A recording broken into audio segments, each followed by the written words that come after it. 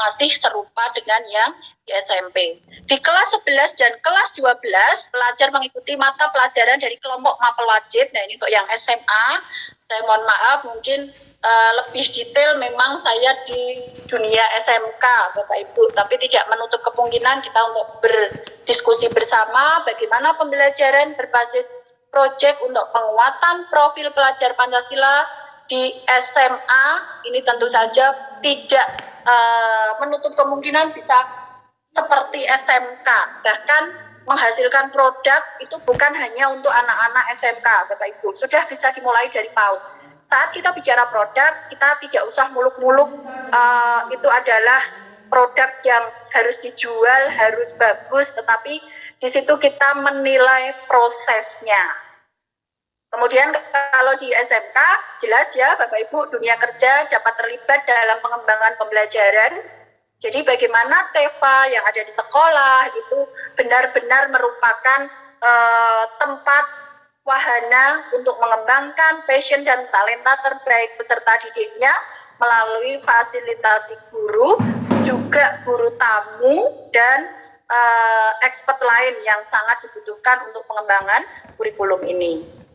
Kemudian yang di SLB, mohon maaf, yang di SLB juga tetap sama, meskipun ada hal yang berbeda, baik hambatan intelektual atau fisik, namun itu bukan hambatan untuk belajar. Jadi capaian pembelajarannya sama dengan sekolah reguler yang sederajat, tetapi dengan tetap menerapkan prinsip modifikasi kurikulum.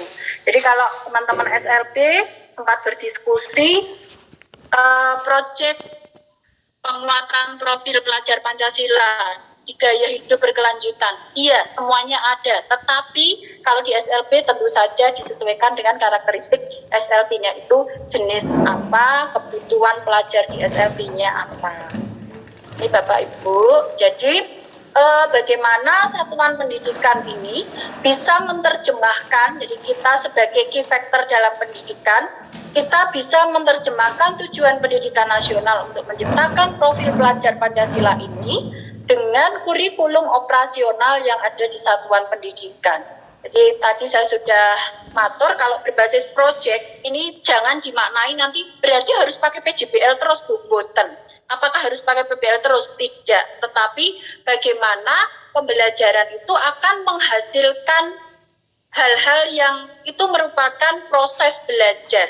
Kita bisa melihat, kita bisa merasakan.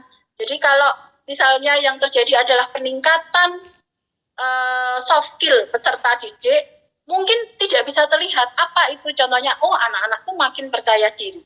Percaya diri itu wujudnya kayak apa sih? Kan tidak bisa terlihat. Nah, itu yang dimaksud sin unseen-nya di dalam kita melakukan proyek yang diberikan kepada peserta didik. Nah, ini kurikulum prototype memiliki beberapa karakteristik utama yang mendukung pemulihan pembelajaran, Bapak Ibu, yaitu tadi pembelajaran yang berbasis proyek untuk pengembangan soft skill dan karakter, kemudian fokus pada materi esensial sehingga ada waktu cukup untuk pembelajaran yang mendalam, kemudian fleksibilitas bagi guru untuk melakukan pembelajaran yang sesuai dengan kemampuan murid, jadi teaching at the right level, kemudian itulah pentingnya diagnostic assessment. Sama-sama akan mengajarkan matematik kepada anak SD misalnya. Pembagian pengurangan yang dasar. Pasti akan berbeda antara daerah yang satu atau nuwun sewu di pedesaan dan di kota pasti juga akan beda. Karena apa? Ada diagnostic assessment itu tadi. Kemudian ini yang khusus SMK ya Bapak Ibu, saya akan menambahkan bagaimana konteksnya diubah menjadi vokasi, mapel, project based learning, ide kreatif, dan kewirausahaan. Ini di trimester. Kemudian magang PKL minimal 1 semester, bahkan boleh lebih. 2-3 mapel pilihan, misalnya digital marketing, multimedia, bahasa asing. Ini di 3 semester, kemudian mapel logika, mendengar suara dari peserta didik terlebih dahulu. Nah, kaitannya dengan spektrum yang dulu 149 spektrum keahlian, sekarang ada 50 program keahlian. Ini tentu saja lebih adaptif, fleksibel, dan agile. Kita lebih bisa untuk mengemas kurikulum implementatif untuk sekolah masing-masing di sekolah merdeka dengan guru-guru yang merdeka. Itu tadi Bapak Ibu. Jadi yang untuk SMK saya rasa memang lebih, kalau dulu itu SMK ada yang mengatakan SMK sastra, kita akan memulai tidak ada lagi SMK sastra meskipun semester awal diawali dengan penguatan fondasi literasi numerasi, soft skill, leadership, dan karakter. Jadi nanti bagaimana di awal itu peserta didik sudah mengetahui dulu. Ini bukan hanya berlaku di SMK, boleh diberlakukan mulai dari PAUD itu tadi Bapak Ibu. Contoh yang kami lakukan itu simple. Saat MOS atau pengenalan sekolah, peserta didik mengumpulkan video dengan hashtag masa orientasi pengenalan sekolah di masing-masing sekolah Bapak Ibu. Kemudian mereka diminta untuk foto dengan keluarganya misalnya. Kemudian menyampaikan apa tujuan kamu sekolah di sini. Kenapa kamu memilih sekolah ini? Kedepannya tuh kamu pengen jadi apa?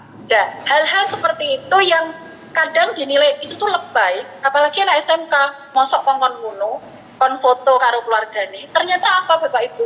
Setelah saya dengar dari anak-anak sendiri, Bu, saya tuh nggak pernah loh foto sama Bapak Ibu saya tuh malu.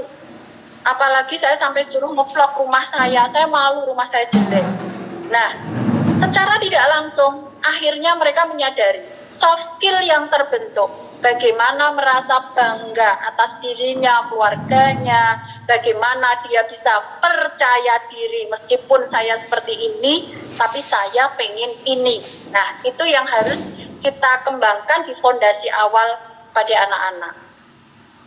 Kemudian, saya tidak detail di ini Bapak Ibu, mapel-mapel teori kontennya diarahkan menjadi terapan, tadi sudah sampai dengan bagaimana mapel baru yang ada di sekolah atau mapel pilihan itu benar-benar disesuaikan dengan kebutuhan peserta didik. Jadi nanti kalau ada anak jurusan tata busana, mereka ingin lebih pinter membuat desain, mereka akan belajar di multimedia, boleh. Mereka akan belajar tentang digital marketing, nah itu mapel pilihan yang disediakan di sekolah. Mereka akan lebih skillful dalam presentasi, bahasa asing selain bahasa Inggris misalnya, maka sekolah harus memfasilitasi hal itu. Oke, Bapak Ibu, nah ini dengan adanya input siswa, soft skill yang dikembangkan tadi, hard skill, kemudian kompetensinya apa, maka akan terbentuk lulusan yang memiliki soft skill dan hard skill yang kuat. Kalau ini yang khusus SMK ya Bapak Ibu, BMB, bekerja, melanjutkan, dan usaha. Nah, itu sedikit tentang Merdeka Belajar dan apa yang seharusnya kita implementasikan di sekolah. Kalau kita akan bahas detail dari awal, katanya di Merdeka Belajar itu nggak ada RPP ya Bu. RPP-nya itu di modul. Kemudian banyak istilah-istilah, misalnya capaian belajar dan sebagainya. Itu kalau kita mau membaca berliterasi, oh sebenarnya itu sama kok dengan yang kemarin-kemarin seperti itu. Tetapi kita sekali lagi sebagai guru, key factor-nya harus mengubah mindset dulu. Sekarang di Merdeka Belajar ini kita bukan satu-satunya sumber belajar yang bisa memberikan semua kebutuhan kepada peserta didik. Guru lebih terbuka, mindset-nya lebih terbuka untuk menerima perubahan atau yang sering disebut growth mindset. Nah, sebelum ke materi berikutnya, Bapak Ibu, ini saya akan memberikan contoh praktek baik untuk implementasi kurikulum Merdeka dalam bingkai gerakan sekolah menyenangkan di sekolah kami. Jadi yang saya sampaikan adalah yang kami lakukan. Jadi mohon maaf sekali lagi, ini sifatnya sharing implementation. Nah, ini untuk pedagogiknya Bapak Ibu, bagaimana kita benar-benar memfasilitasi anak Ini contoh kalau gambar yang pertama di situ ini lebih ke humanism counseling. Jadi kita tidak menunggu anak bermasalah baru guru BK-nya bertindak. Jadi sekarang jangan lagi BK itu adalah gadean. Apa itu Bapak Ibu? Mengatasi masalah tanpa masalah. Terkadang di kesiswaan dalam tanda kutip sudah diumum-umum masuk di BK sudah selesai. Tapi tidak seperti itu. Di Merdeka Belajar ini BK kita kembalikan sebagai fungsinya counseling, peningkatan karir dan sebagainya. Maka bagaimana kedekatan anak dimulai dari masuk sekolah itu, guru BK-nya dulu memang harus tahu bagaimana background anak tersebut. Kalau perlu dibuat checklist apa yang ada di rumah, apa yang tidak, apa yang kamu inginkan dan sebagainya kamu tuliskan. Kemudian contoh pedagogik yang lain memfasilitasi anak-anak belajar sesuai dengan passion dan talenta terbaiknya. Ini yang kami contohkan di anak-anak tata busana. Kemudian waktu masih pembelajaran daring dan ini salah satu guru kami yang mengajar bagaimana melakukan pembelajaran daring yang tetap menyenangkan. Salah satunya dengan selfie of the day. Ini biasanya kami ambil 3 besar, kemudian diberi sedikit pulsa, itu saja mereka sudah senang. Nah, praktek-praktek pedagogik di Merdeka Belajar ini benar-benar dibutuhkan. Saya tidak lelah-lelahnya mengatakan gurunya dulu. Kalau gurunya aja masih pelit mengatakan, jadi selama masa pandemi ini kan yang dirindukan anak-anak adalah guru mengatakan thank you, sorry ya, maaf ya ibu mengganggu waktu kalian, maaf ya bapak mengganggu waktu kalian, tolong, nah please, itu aja kadang lupa.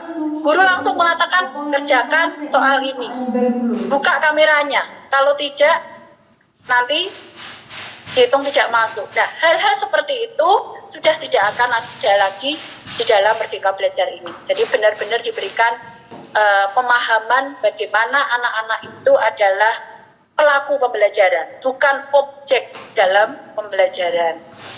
Jadi anak itu kalau belajar ya suasananya senang seperti ini Bapak Ibu. Kita beri kebebasan kepada mereka untuk mengembangkan passion dan talenta terbaiknya. Ini contoh anak-anak yang multimedia. Nah, kemudian kegiatan-kegiatan lain di Merdeka Belajar, Dear Teachers, ini untuk aspirasi anak-anak, mereka menulis surat untuk gurunya. Nah, hal-hal seperti itu yang kadang dinilai hal sepele, tetapi itu akan memberikan insight positif kepada sekolah, kepada Bapak Ibu guru. Nah, ini tadi yang kami sampaikan, bintang kebaikan di Merdeka Belajar yang kami bungkus dengan gerakan sekolah menyenangkan.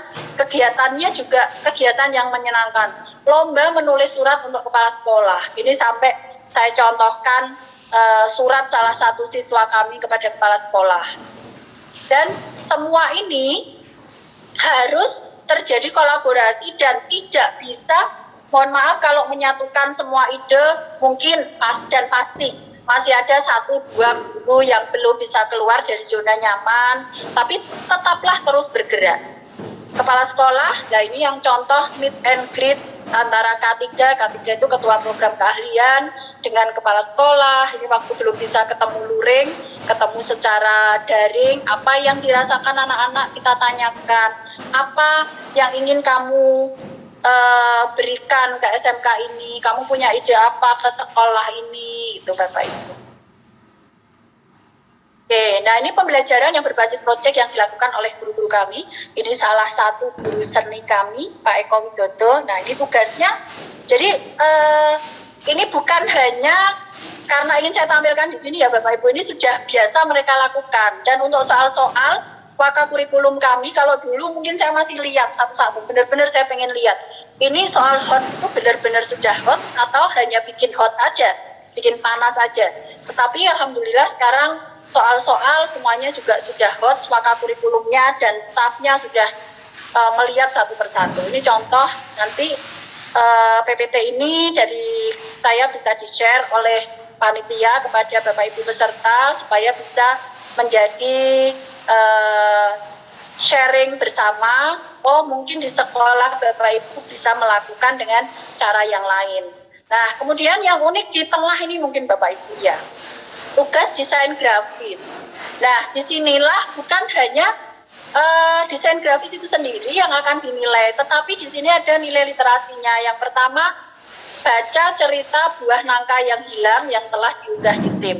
Buat 3 buah sketsa. Jadi di situ ada anak-anak itu berliterasi dahulu sebelum mereka melakukan proyeknya. Ini contoh-contoh yang bisa dilakukan Bapak Ibu dan bisa disesuaikan sesuai dengan levelnya, mulai dari PAUD sampai dengan SMA, SMK bisa Bapak Ibu. Oke. Jadi setelah mereka membaca tadi, kemudian baru membuat produk yang diinginkan di desain grafis ini apa. Oke, ini contoh-contoh. Kemudian ini implementasi fashion in collaboration with informatics. Jadi dia pelajaran tata busana tetapi berkolaborasi dengan informatika. Pembuatan shibori ini, kemudian mengupload video, produk komersial dan penilaiannya. Jadi mereka guru itu harus sudah berdiskusi terlebih dahulu tentang rubric of assessment. Model penilaiannya itu mau dibuat seperti apa. Ini kemudian ini contoh pelajaran agama. Jadi kami tidak lagi theoretical tetapi lebih ke practical. Ini contoh yang memanfaatkan media TikTok, tugas bahasa Indonesia. Ini ada jelas penilaiannya nanti bagaimana in detail itu sudah harus disampaikan sebelum mereka mengadakan proyek itu. Ini contoh-contoh lagi. Nah, karena sekarang sudah eranya barkotan, ini kelompok 1 sampai kelompok 6 harus bagaimana. Ini untuk pembuatan video promosi UMKM. Ini yang sudah terlaksana Bapak Ibu. Nah, sekarang kami juga sedang berlangsung yang namanya Community Social Project. Jadi guru-guru ngurusi yang kelas 12, yang kelas 10, 11 mereka melakukan community social project. Jadi bagaimana kebermanfaatan mereka terhadap masyarakat untuk kelas 10 dan kelas 11. Dan masing-masing sudah ada instrumennya. Bagaimana penilaiannya, bagaimana nanti mereka harus melakukan presentasi, guru apa saja yang terlibat, itu sudah harus didesain. Nah, ini tadi yang peningkatan soft skill Bapak Ibu, terutama untuk guru BK mungkin ya, bagaimana BK itu bukan sesuatu yang menakutkan atau yang langsung menyelesaikan tadi, pegadaian tadi. Tetapi anak-anak di situ benar-benar merasa terfasilitasi. Ini contoh-contoh proyeknya, membuat poster kedisiplinan, ini sekaligus nanti bisa untuk menghias kelas Bapak Ibu. Kemudian ini, tahukah Anda ada 4 tipe kepribadian?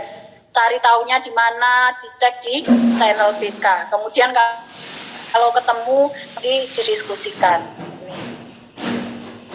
Nah, ini contoh-contoh video yang nanti Bapak Ibu bisa lihat di link-linknya itu. Contoh proyek yang diberikan, proyek video pencegahan COVID. Ini hasil karya anak-anak kami. Proyek cerita kehidupan saat pandemi, contohnya ini apa yang mereka lakukan. Mohon maaf kalau sekolah Pringapus itu mewah ya Bapak Ibu, mepet sawah, kami di desa jadi mungkin ada yang bekerja di sawah, di kebun, itu benar-benar sangat memberikan insight positif kepada teman lain yang mungkin tidak seberuntung dia atau mungkin lebih beruntung dari dia. Jadi dari hasil video ini ya tidak didiamkan aja, tetapi guru memberikan insight, guru memberikan masukan, kemudian nanti akan dibahas di kelas.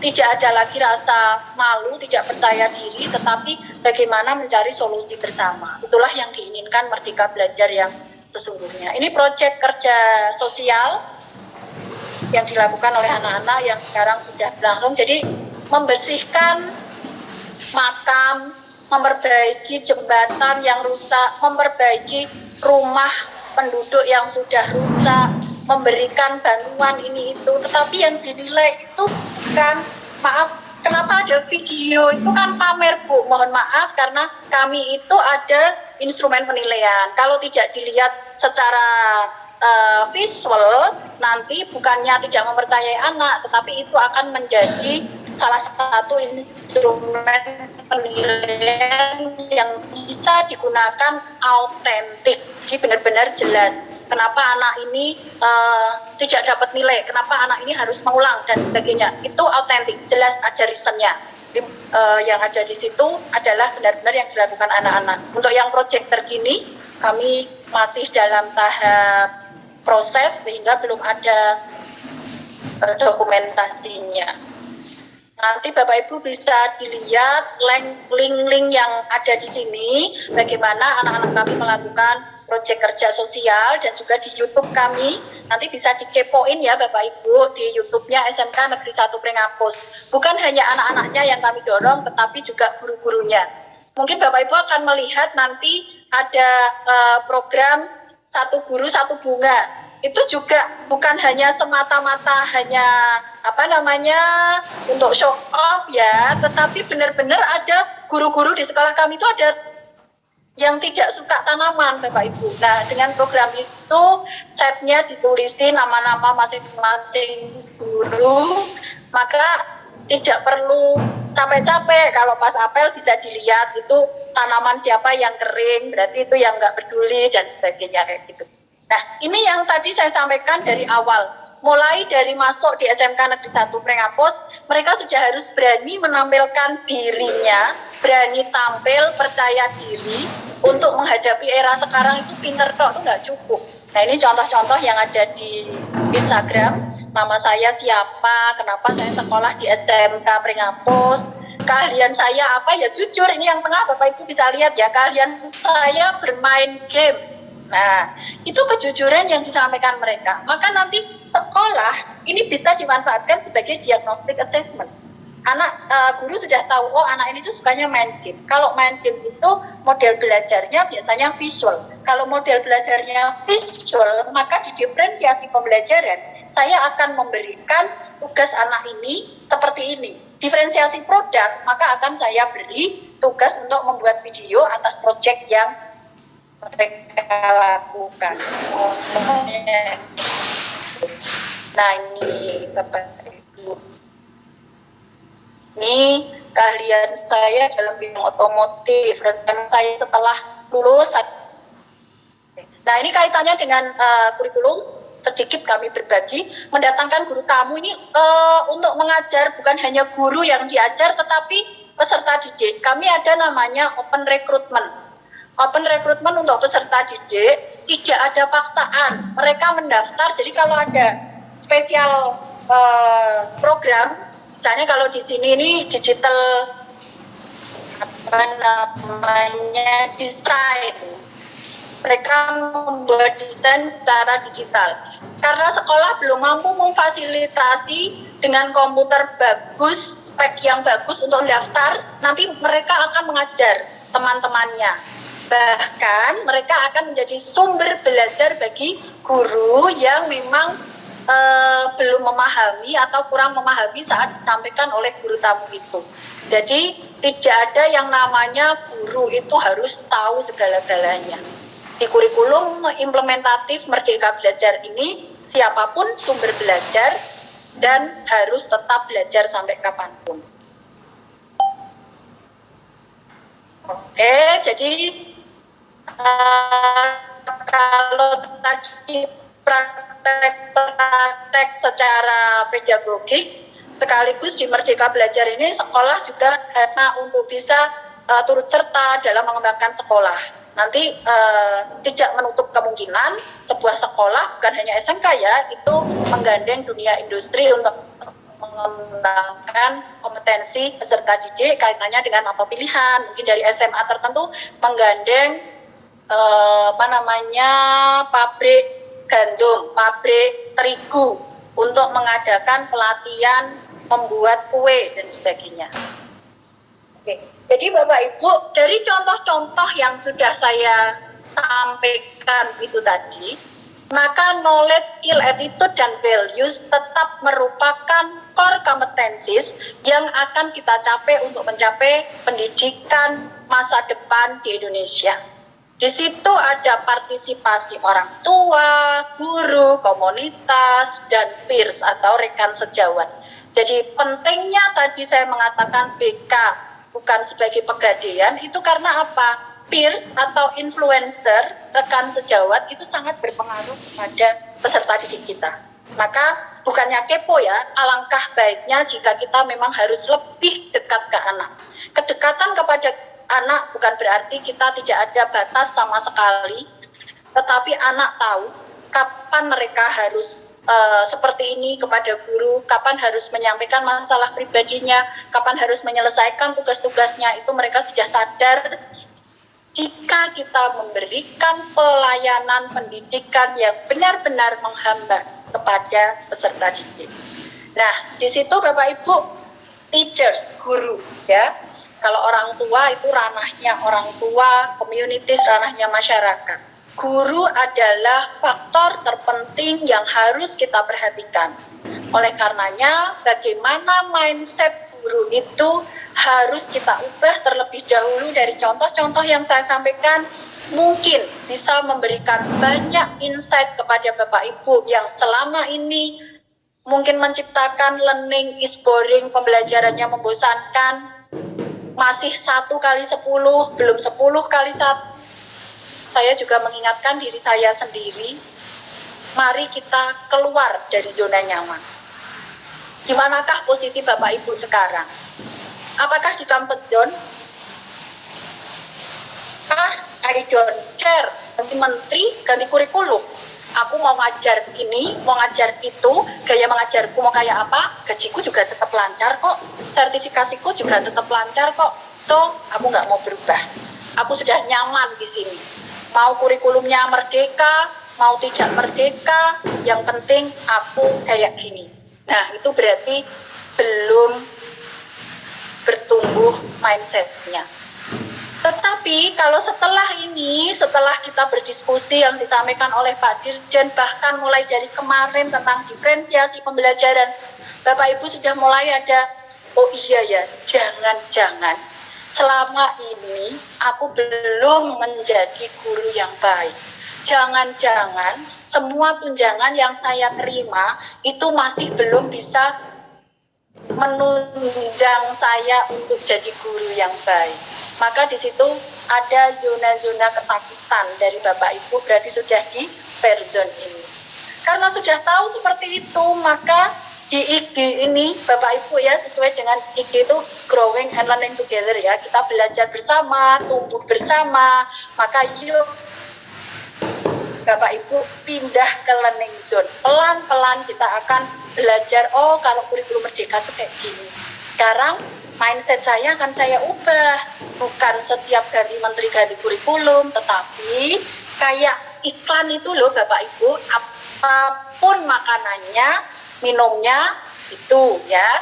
Tetapi sekarang apapun kurikulumnya, kami akan menjadi guru yang profesional, menyenangkan dan dirindukan oleh peserta didik. Maka Bapak Ibu nanti akan menemukan tujuan-tujuan baru. Bapak Ibu akan membuat goal-goal baru, akan berada di growth zone itu. Sedikit saya sharing Bapak Ibu, jangan berkecil hati, terutama Bapak Ibu yang mohon maaf sekali mungkin saat ini belum diterima jadi P3K, belum bernip, semua itu berproses. Dan kita harus sangat yakin, saat kita sudah melakukan semuanya dengan baik, kerja ikhlas, kerja tuntas, kerja keras, maka bonus itu akan datang ke tahun Bapak Ibu. Kemudian menjadi guru prestasi itu juga dari sekolah kecil, sekolah pinggiran, jadi jangan berkecil hati. Kemudian alhamdulillah berkesempatan menjadi kepala sekolah, bisa sedikit mengubah wajah sekolah. Jadi kalau Bapak Ibu sekarang menjadi guru, maka jika ingin mengubah kelas, maka ubahlah. Jika ingin mengubah wajah sekolah, bukan hanya tangan kepala sekolah, tapi tetap gurunya dulu yang diubah. Jadi mari Bapak Ibu kita sama-sama menuju zona bertumbuh, menuju growth zone, menjadi guru-guru merdeka yang mampu